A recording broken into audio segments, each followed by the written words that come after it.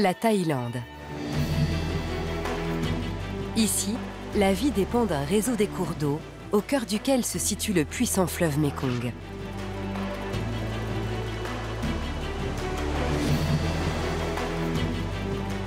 Une force qui, au fil des millénaires, a façonné les paysages et la vie des animaux qui l'entourent. Dotée de forêts riches, d'immenses marais et de grandes vallées, la région constitue un parfait terrain de reproduction pour certaines des espèces les plus captivantes.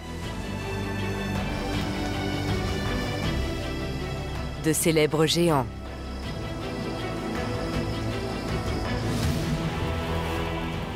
des primates espiègles,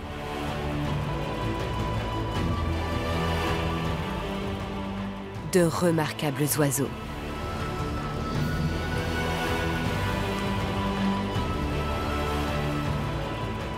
Le Mékong est source de vie pour tous ces animaux et leur progéniture.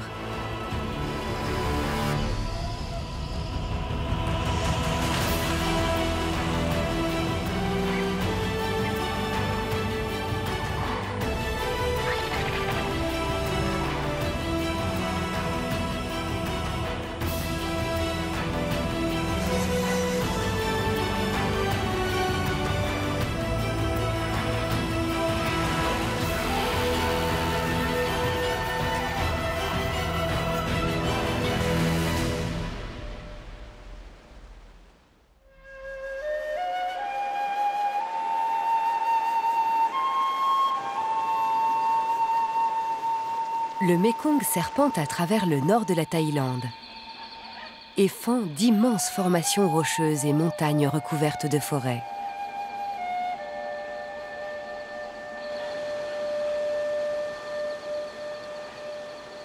Les forêts tropicales denses qui bordent le fleuve abritent des dizaines de milliers de plantes et d'animaux.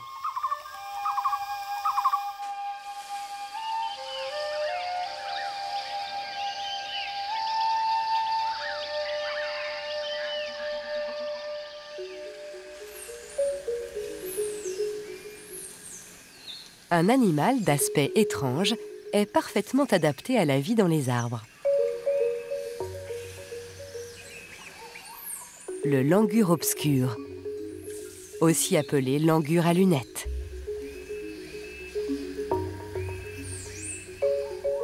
Ce singe a une anatomie proche de celle de l'homme.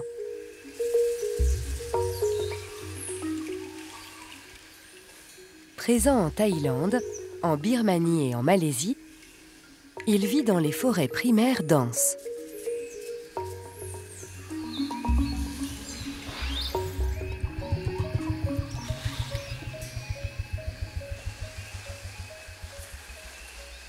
La journée débute.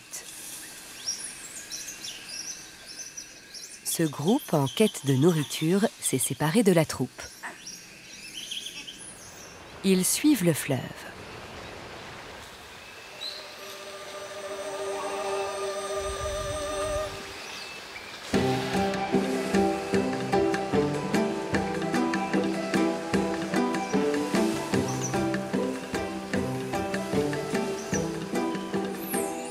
Les langurs suivent des itinéraires familiers qui les mènent vers leurs arbres fruitiers favoris.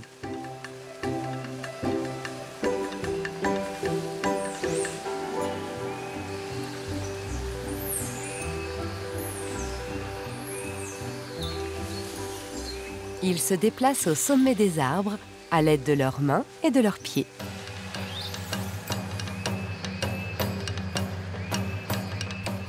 Ils sont dotés de membres courts, mais aussi de muscles puissants.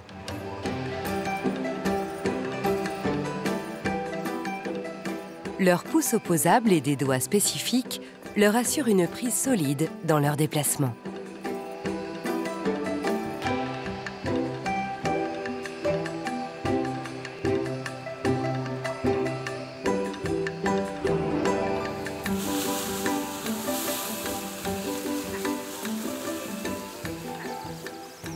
Ils franchissent de grands intervalles et font preuve d'une grande habileté.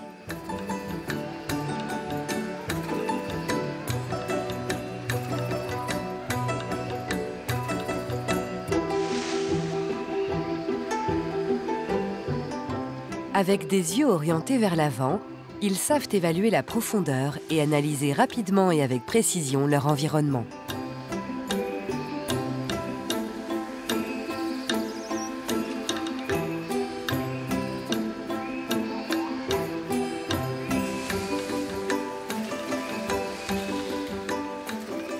Ce bébé préfère la méthode Tarzan.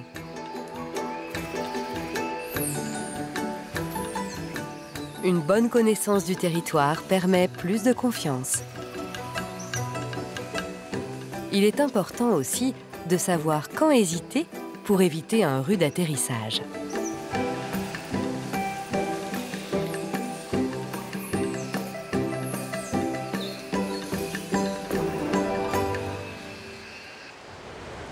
À la saison humide, quand les fruits abondent, les abords du Mékong sont surpeuplés. Mais rien n'arrête un langur à lunettes désireux d'aller se nourrir.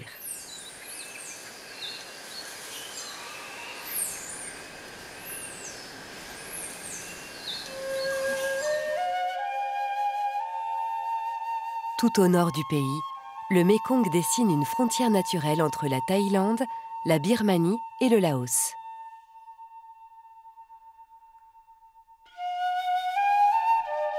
Cette région montagneuse, surnommée le Triangle d'Or, est parsemée de fractions de forêts tropicales denses.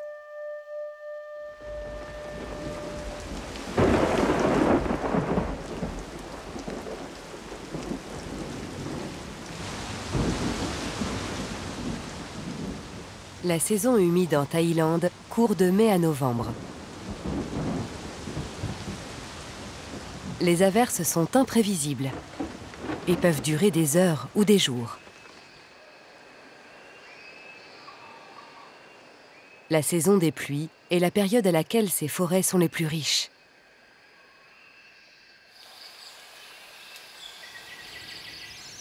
Avec plus de 10 000 espèces de plantes, c'est le paradis pour un végétarien tel le langur à lunettes.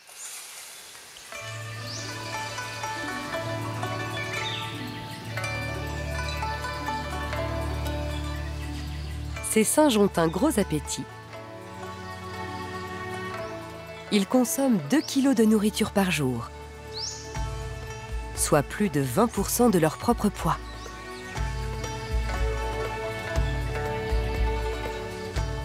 Mais les feuilles sont souvent difficiles à digérer. Les langurs sont adaptés à ce régime alimentaire. Un estomac complexe, rempli de bactéries, leur permet de digérer la cellulose et d'éliminer les toxines nocives.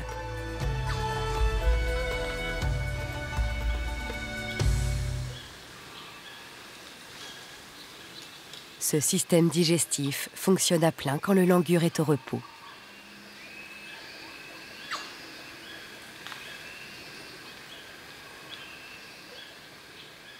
À la mi-matinée, la troupe trouve un lieu ombragé pour quelques heures de détente. Ce qui laisse le temps à l'estomac de digérer les fibres avant le repas suivant.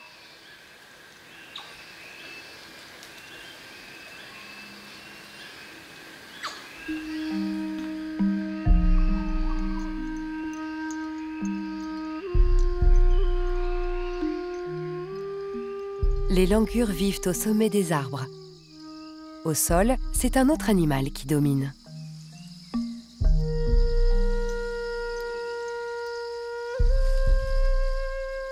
Plus loin, sur le Mékong, un troupeau d'éléphants d'Asie se nourrit à la lisière de la forêt.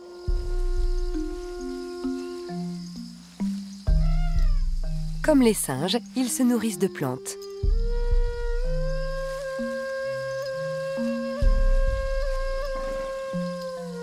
Guidé par la femelle la plus âgée, le troupeau parcourt le secteur et profite des jeunes pousses nées des dernières pluies.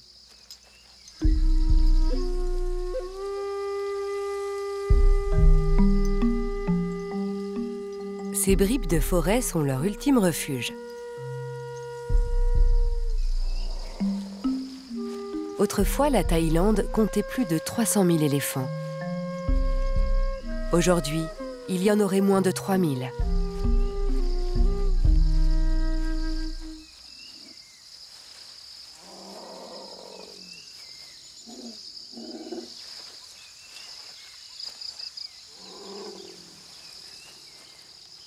L'éléphant est l'un des derniers méga-herbivores de la planète.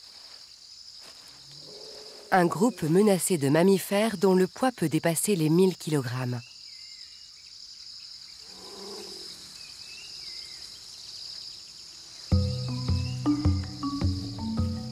Pour alimenter ce corps massif, l'éléphant mange jusqu'à 16 heures par jour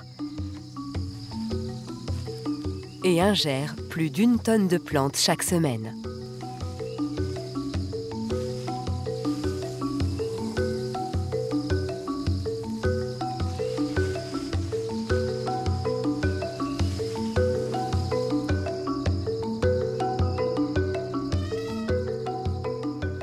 Il broie la végétation à l'aide de puissantes molaires.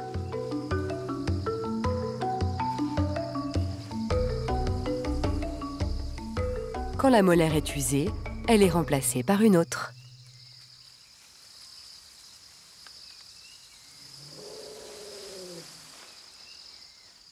Ce phénomène se reproduit 6 fois dans une vie. La dernière molaire usée, l'éléphant ne peut plus manger et souvent meurt de faim.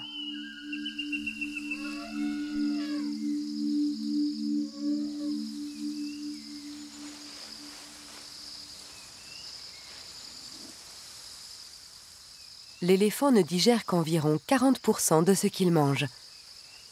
Une faible efficacité qui explique leur énorme appétit.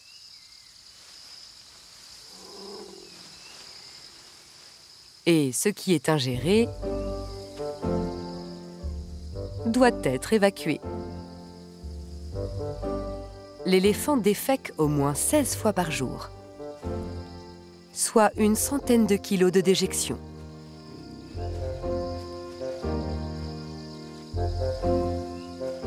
Ces excréments sont remplis de graines non digérées. L'éléphant joue un rôle vital dans la dispersion des plantes.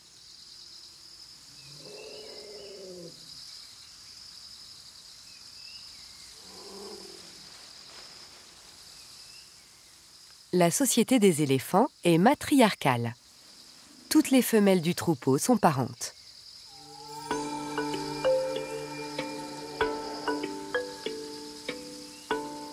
Quand ils broutent, les éléphants forment un cercle protecteur autour des petits. L'avantage de la vie en groupe.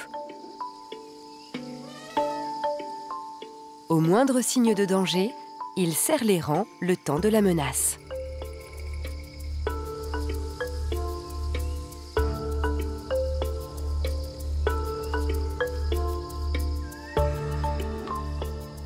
Tout le monde prend soin des petits. En particulier les jeunes femelles. Alors que les mamans se nourrissent et se reposent, les tatas surveillent les petits.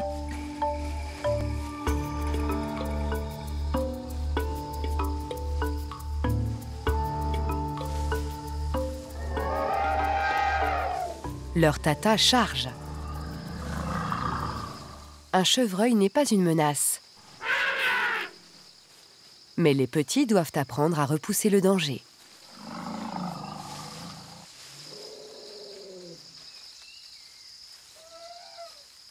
L'éléphant apprend par l'exemple. La leçon la plus importante, comment maîtriser sa trompe. Il se sert de cet outil incroyable et complexe pour respirer, soulever, sentir, communiquer et bien sûr apporter eau et nourriture à sa bouche.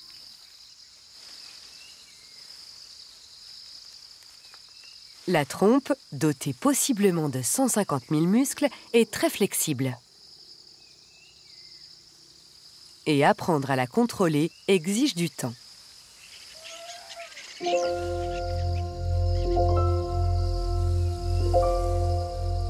Les petits passent les 3 premiers mois à développer leur capacité motrice sous l'œil attentif du troupeau.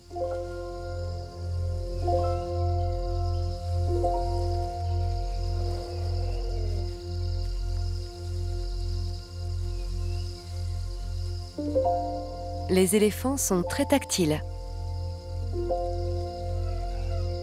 Les contacts ou les caresses renforcent les liens familiaux à la base de la vie de la troupe.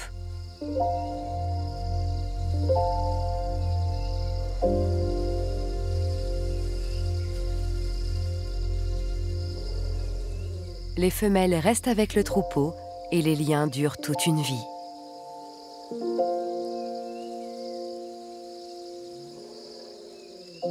Mais ces jeunes mâles quitteront le troupeau à l'adolescence. Ils sont voués à une vie plus solitaire.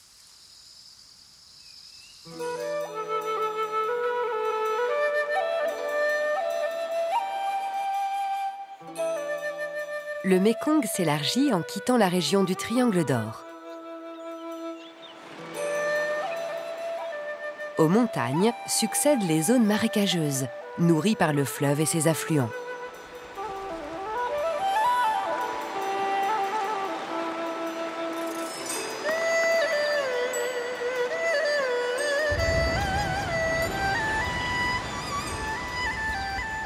Durant la saison des pluies, le fleuve déborde et les marais s'étendent sur une vaste superficie.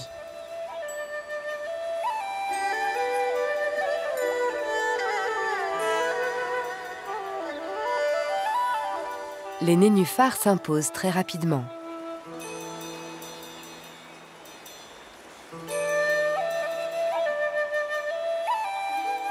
Ils tapissent la surface et offrent un espace de reproduction à des centaines d'espèces d'oiseaux.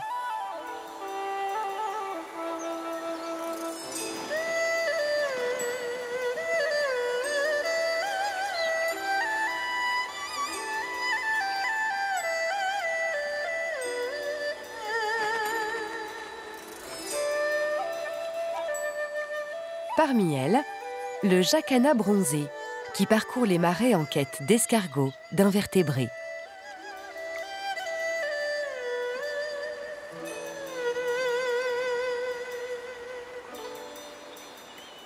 Les jeunes ont un plumage plus clair.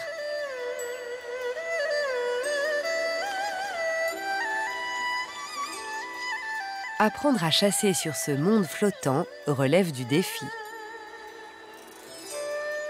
Leurs longues pattes les aident à rester en surface, mais il faut qu'ils s'entraînent.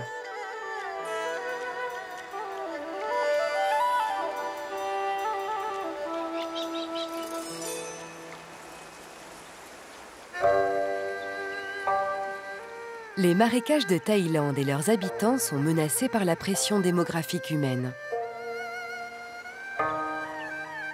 Le gouvernement a donc agi et établi des zones protégées.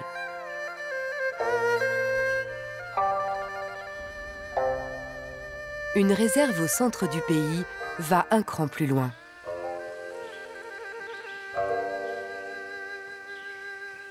Y a été réintroduit un animal magnifique qui avait disparu du paysage thaïlandais.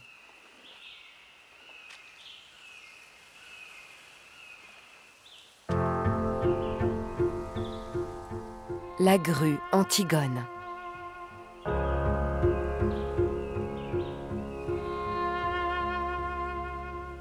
Haut de près de 2 mètres, ce sont les plus grands oiseaux capables de voler.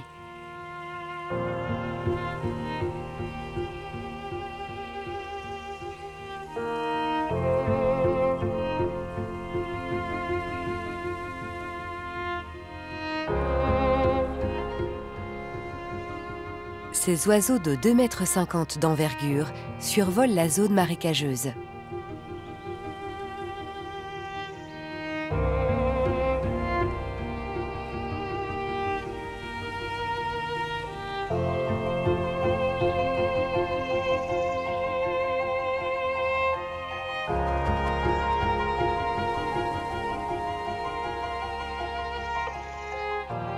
Une importante source de nourriture pour ces échassiers omnivores.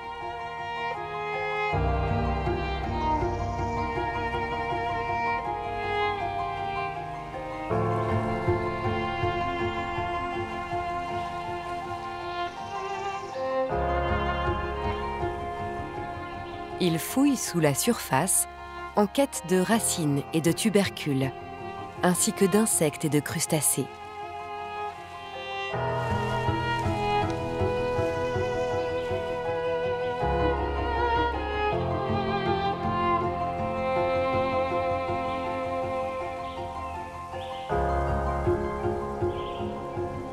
Les pluies marquent le début de la saison de reproduction.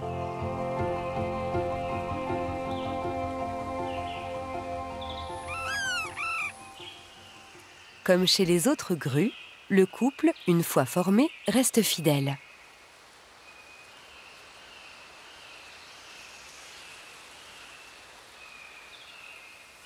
Pour initier ou maintenir leur union, chaque année, ils exécutent un rituel complexe.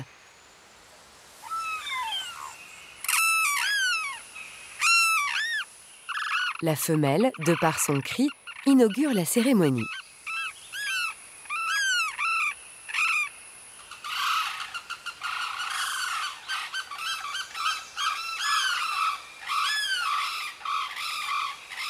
En réponse, le mâle soulève ses plumes. Elle garde ses plumes repliées le long du corps. Les civilités terminées, ils dansent.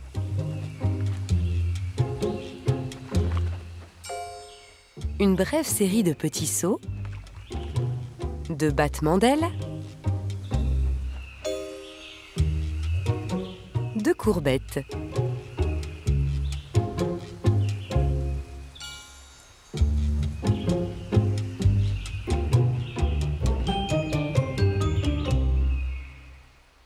Le lancer de bâton ne manquera pas d'impressionner.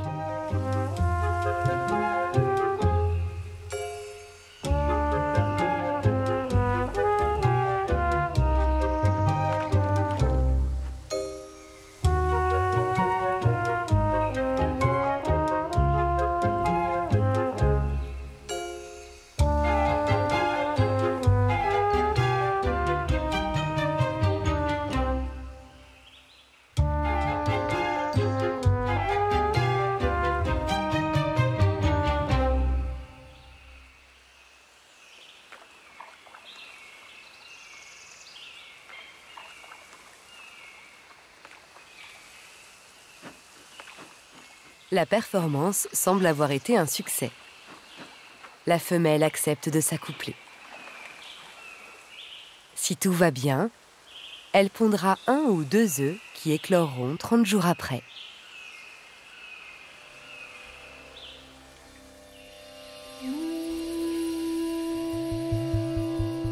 De retour dans la forêt, la chaleur de la mi-journée est à peine supportable. En Thaïlande, les températures et le taux d'humidité restent élevés durant les mois de pluie. Il fait près de 37 degrés. La troupe de langurs à lunettes a une solution simple. Ils s'allongent parmi les branches et patientent en dormant. L'estomac bien rempli, il est plus facile de s'endormir.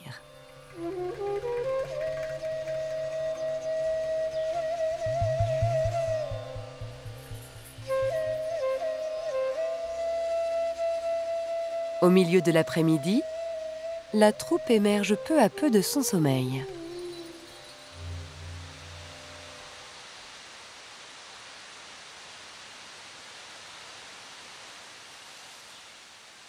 C'est l'heure de la séance dépouillage quotidienne. Les langurs à lunettes vivent en bonne entente au sein de groupes d'une vingtaine d'individus.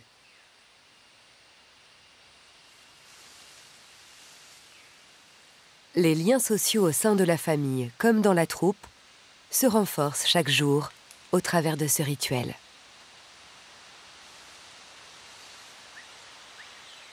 Une activité que ces jeunes adoptent vers l'âge de 4 mois.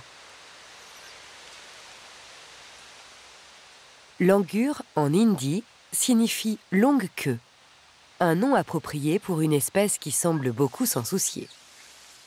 Quand un singe n'épouille pas la queue d'un autre, il s'occupe de la sienne.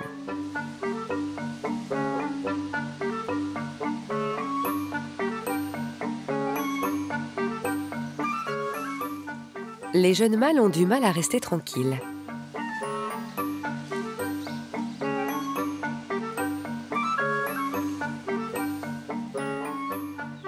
Ils ont besoin de se dépenser.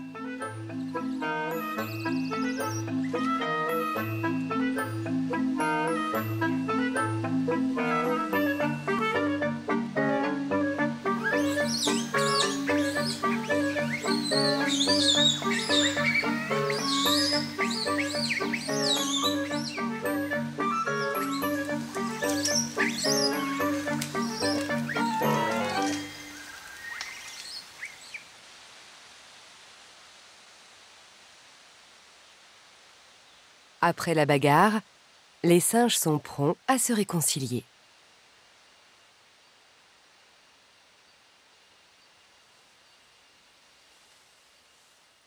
Tout comme chez les éléphants, les femelles se partagent la responsabilité des petits. Les plus âgées sont toujours prêtes à offrir leur aide.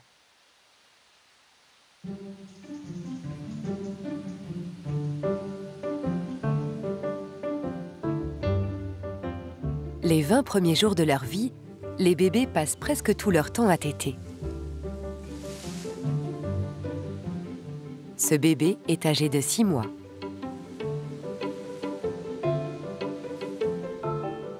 Il mange déjà des aliments solides, mais il semble que sa maman n'ait pas envie de partager.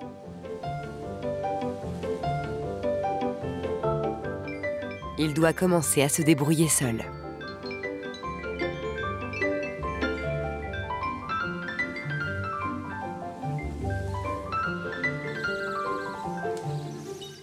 Première leçon, se déplacer parmi les branches.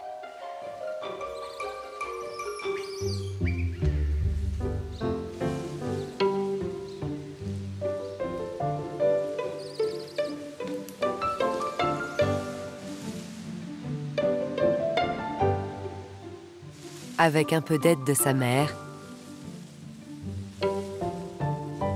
il apprend vite.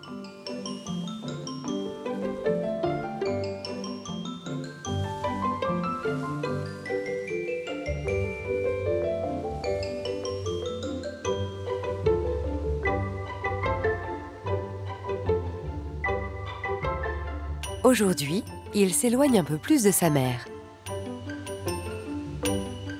et apprend à connaître les autres membres de la troupe.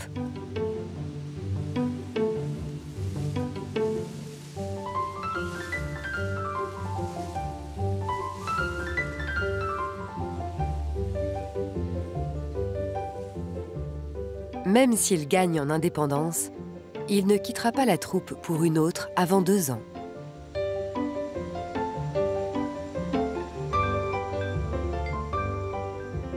En attendant, il jouira pleinement de l'affection de sa mère.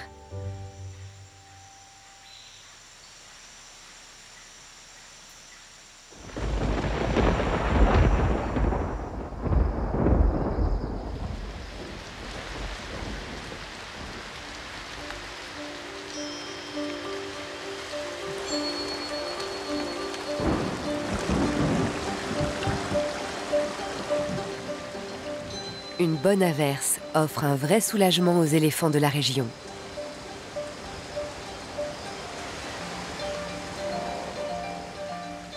Comme tous les grands animaux, l'éléphant a du mal à dissiper sa chaleur corporelle.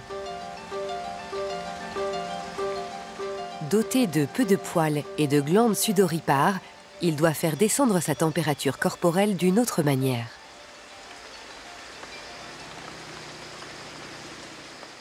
Pour cela, il s'en remet au fleuve. Avec la saison des pluies, le courant du Mékong est fort. Trop fort pour la plupart des animaux. Mais l'éléphant peut mesurer près de 3 mètres et pèse 2,5 tonnes.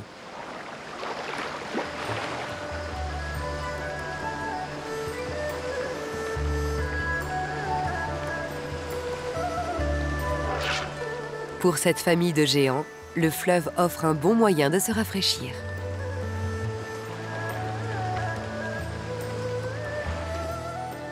Les petits essaient de rester entre les adultes pour ne pas être emportés par les courants.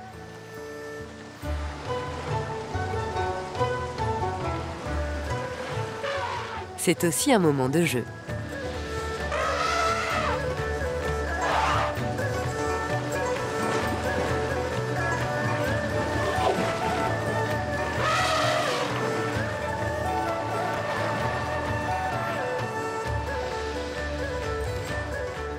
Même cet éléphant mâle ne veut pas rater l'occasion de s'amuser.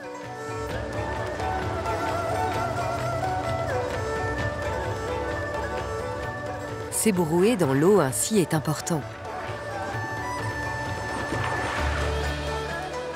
Cela permet aux éléphants de se lier et d'intégrer les derniers nés.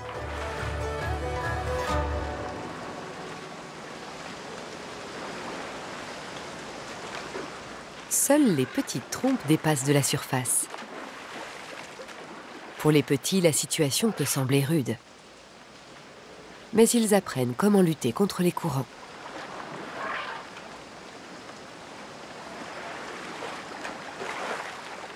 Les éléphants franchissent souvent des cours d'eau.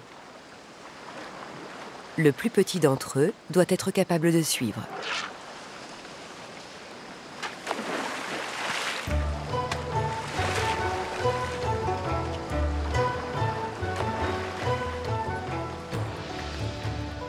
La matriarche reconduit la famille dans la forêt.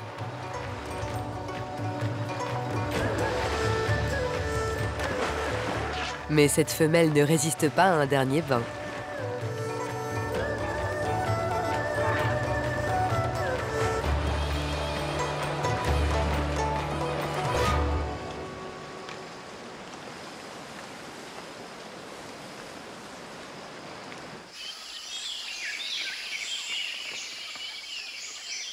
Les averses rafraîchissantes ne durent pas.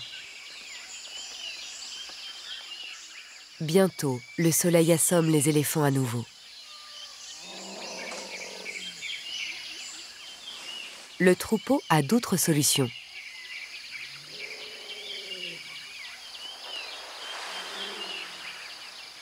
Il se recouvre de poussière.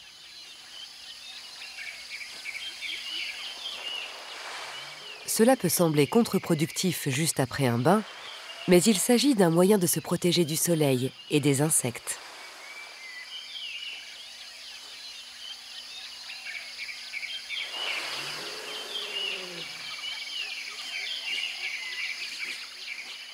Ils achèvent le rituel de la toilette en se grattant.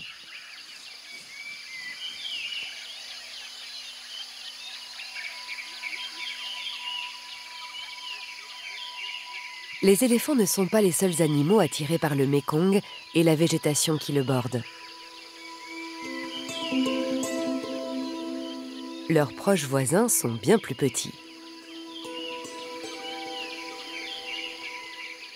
Un groupe de tisserins baya mâles s'est réuni dans un arbre tout proche. Dans cette colonie, on travaille dur. Ces oiseaux tissent et nouent de longues brindilles sur ces structures dans les arbres. Le vert vif vire au marron quand les nids sèchent au soleil.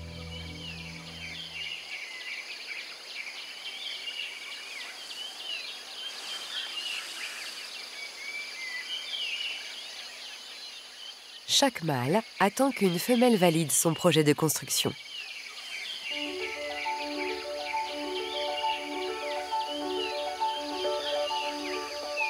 Les femelles moins colorées sont d'une grande exigence. Il est vital que le nid soit très bien situé.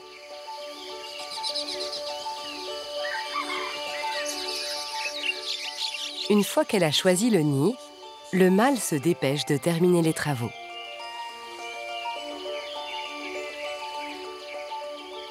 Son œuvre de tisserand est le résultat de centaines de voyages.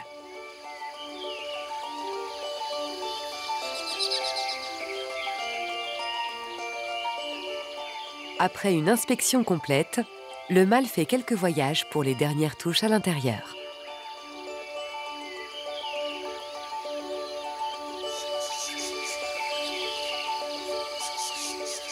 Le nid est si bien construit que quand le couple le quitte, des rongeurs et d'autres oiseaux y emménagent rapidement.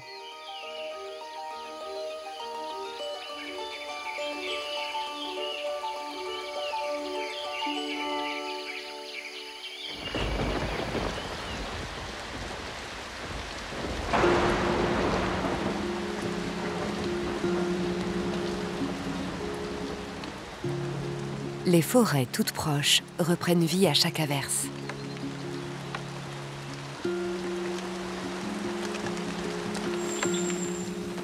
Les sous-bois humides ont beaucoup à offrir à leurs habitants,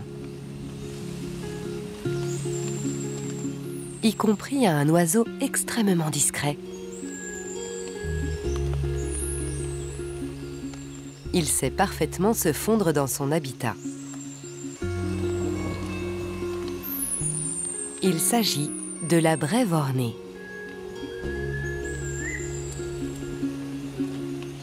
Elle arbore des plumes blanches et noires de chaque côté de la tête qui dessinent comme des oreilles.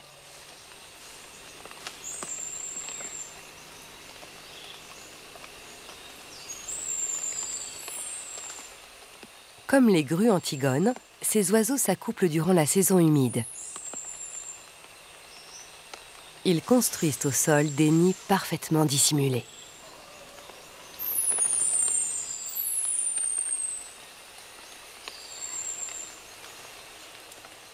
Cette femelle s'occupe de ses petits fraîchement éclos,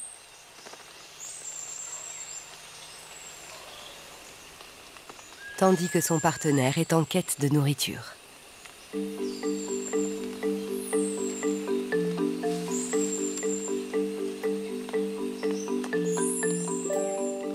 Une tâche sans fin. Il doit en trouver suffisamment pour 3 oisillons, sa partenaire et lui-même bien sûr. Heureusement, ces oiseaux ont un sens développé de l'odorat. En fouillant parmi la couche de feuilles, il peut dénicher des larves, des vers et toutes sortes de rampants.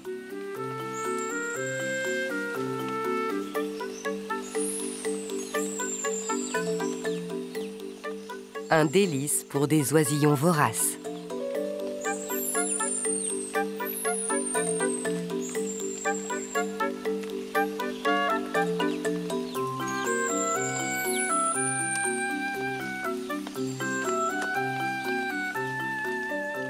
Pour combler la demande, le mâle doit constamment retourner au nid, faire des allers-retours.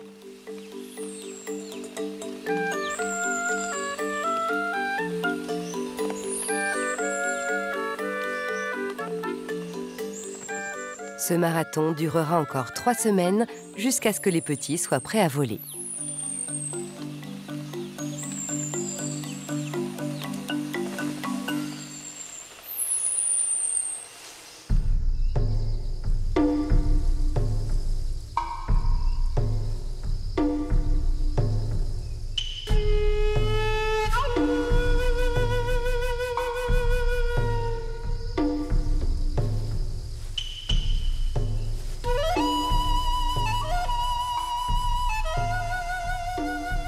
Depuis qu'il a quitté son troupeau, il y a 10 ans, il mène une vie solitaire. D'autres mâles parcourent aussi ces collines. Il existe une hiérarchie entre ces mâles rivaux, qui convoitent tous la même chose. La femelle, très souvent, ne met bas que tous les 4 à 5 ans. Une femelle disponible est donc chose rare. Il devra peut-être se battre pour pouvoir se reproduire.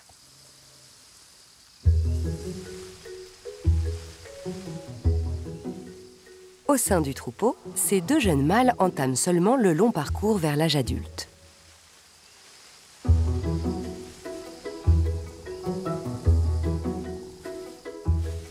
Le plus petit et plus foncé fait savoir à l'autre qu'il souhaite jouer.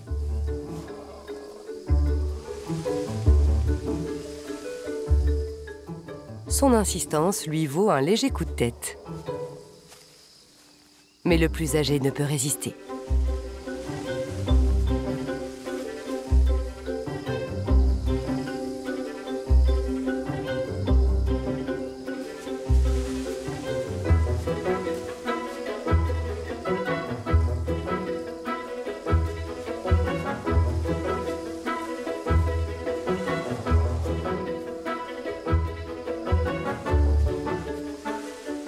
Ce courageux petit s'est montré trop ambitieux. Il part se trouver un autre adversaire, mais là encore, il tombe sur plus fort que lui. Un coup à la tête semble plus l'encourager que le repousser.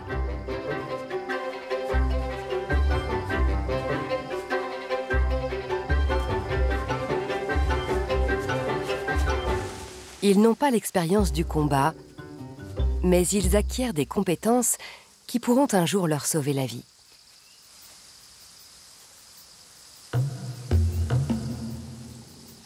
Les éléphants mâles plus âgés ont plus de pratique. Une trompe levée est synonyme de défi.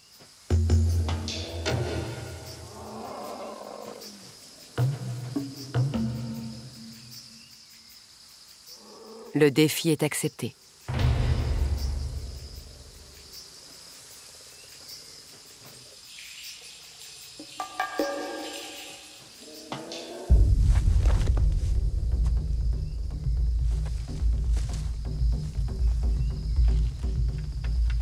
Leur puissance de se pousser l'un l'autre est le reflet d'un fort taux de testostérone.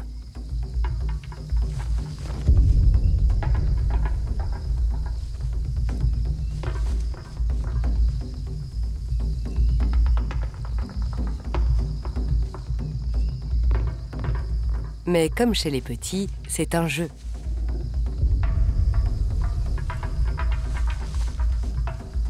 Même les batailles les plus houleuses prennent fin quand il s'agit de brouter un peu.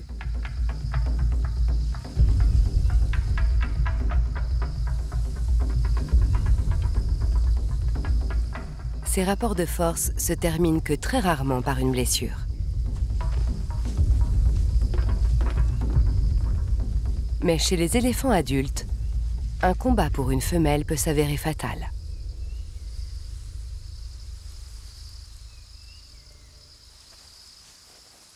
Ces mâles seront bientôt obligés de quitter le troupeau. Ils formeront un groupe avec d'autres célibataires et tenteront de s'imposer parmi les mâles.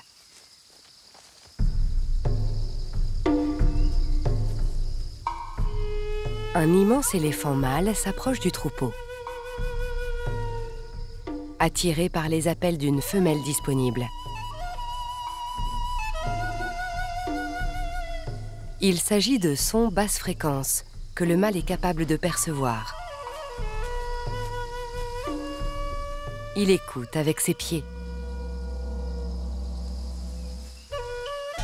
Ses os conduisent les infrasons jusqu'à son oreille interne.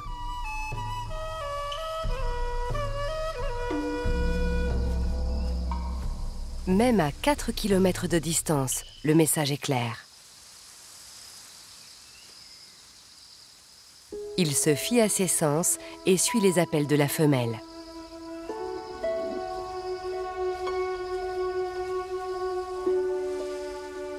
Il s'approche, la caresse et la renifle.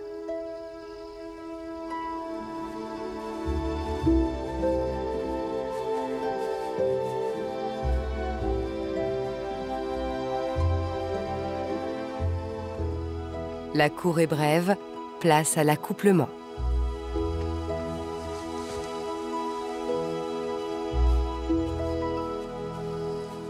Si tout se passe bien, elle mettra bas dans 2 ans. Un petit qui trouvera sa place au sein d'une famille unie.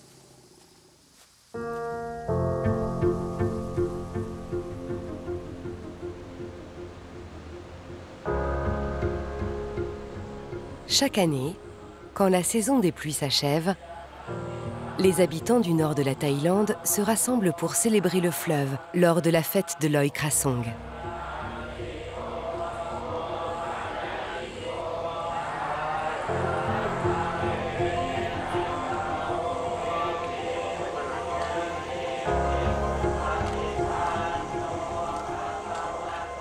Cette fête, qui se déroule à la pleine lune, trouve son origine dans un ancien rite en l'honneur des esprits des eaux.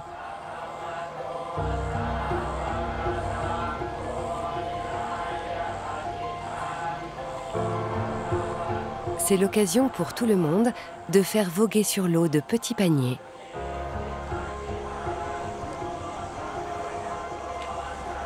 Et de remercier la déesse du fleuve pour ce qu'elle a offert durant l'année écoulée.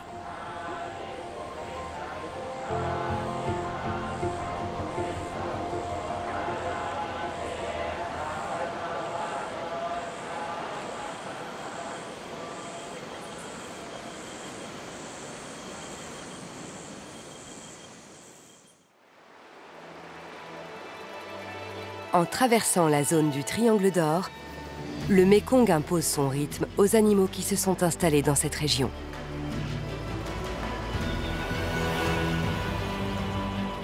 Une année s'est écoulée. La nouvelle génération trouve ses repères.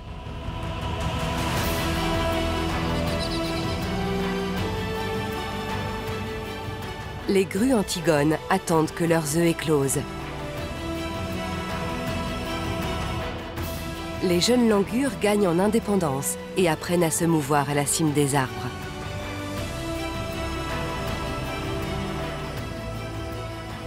Et les jeunes éléphants mâles continuent de comparer leurs forces et se préparent pour une vie de solitaire.